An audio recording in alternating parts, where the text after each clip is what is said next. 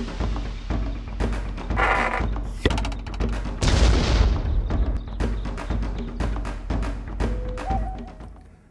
everybody, welcome to another episode of Zuma Blitz Tiki Talk.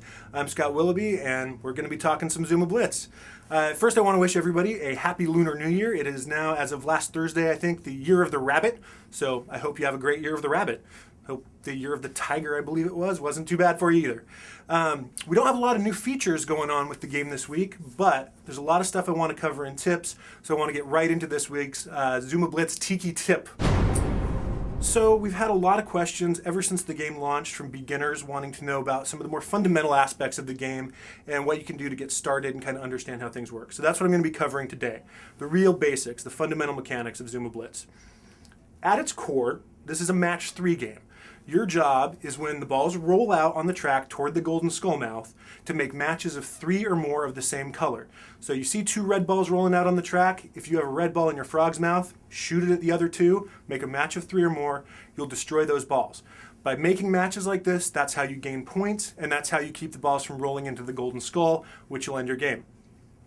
That's the basics. That is the absolute core of this game.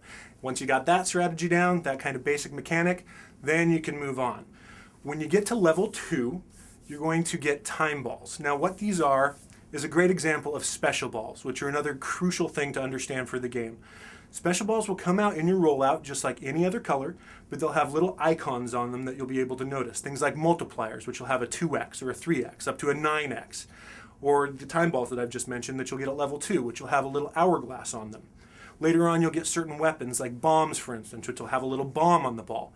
Now, the way you take advantage of these is just like any other match. So if you get a blue time ball come out, a little blue hourglass, match it with 2 or more other blue balls. When you destroy that match, you get the power of that time ball, which will give you a few extra seconds on your game. Same way it works with bombs, multipliers, anything else. Just make a match with those special balls to enable their power and take advantage of them. Now, once you got that down, we're going to start getting into a little more details about speed and accuracy. When you get to level 3, you get access to the hot frog. Now what the hot frog is when you make several matches in a row and you make them quickly. You don't wait too long between shots.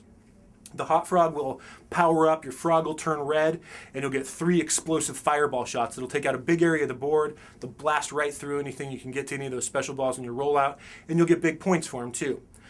As well, we talked about some other scoring stuff last week with the chain bonus, which is getting several shots in a row, several matches in a row without missing. You get points for that. With speed, you get a speed bonus at the end of your game for making consecutive shots quickly without waiting too long. So learning about speed and accuracy is kind of the first step toward getting more advanced technique in the game.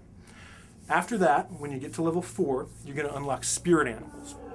Now, what spirit animals are these tokens that you'll get when you get certain scores in the game. They not only let you kind of track your progress and see how you're doing and see how you've scored in the past, but you can also share them with your friends. And when you share them to your wall, you'll not only let your friends know about your accomplishment, but your friends can click on them and they'll get some bonus mojo from you for sharing them. Now, what's mojo, you're probably asking? Well, when you get to level 5, this is kind of when the game really starts to open up. You'll unlock the temple, and the temple is an area where you can buy power-ups for your games. The first one you'll have access to is bombs. Bombs, when you match them in the rollout, as we described earlier with special balls, they'll explode, take out a big area, and get you other bonuses and points. As you level up, you'll get access to other more increasingly powerful power-ups. And the way you buy these is by using mojo, which is sort of in-game currency. You'll get some at the end of every game that you play. You'll get a big bonus of it when you level up. And you can also get it when your friends post their spirit animal post to their walls. You can also buy more mojo in the store if you want. And if you're really impatient and you want to unlock some of those special power-ups early on before you've played through more of the levels, you can actually unlock those using idols, which are another thing that you can buy in the store and that you'll get a little bit of every time you level up to a new level.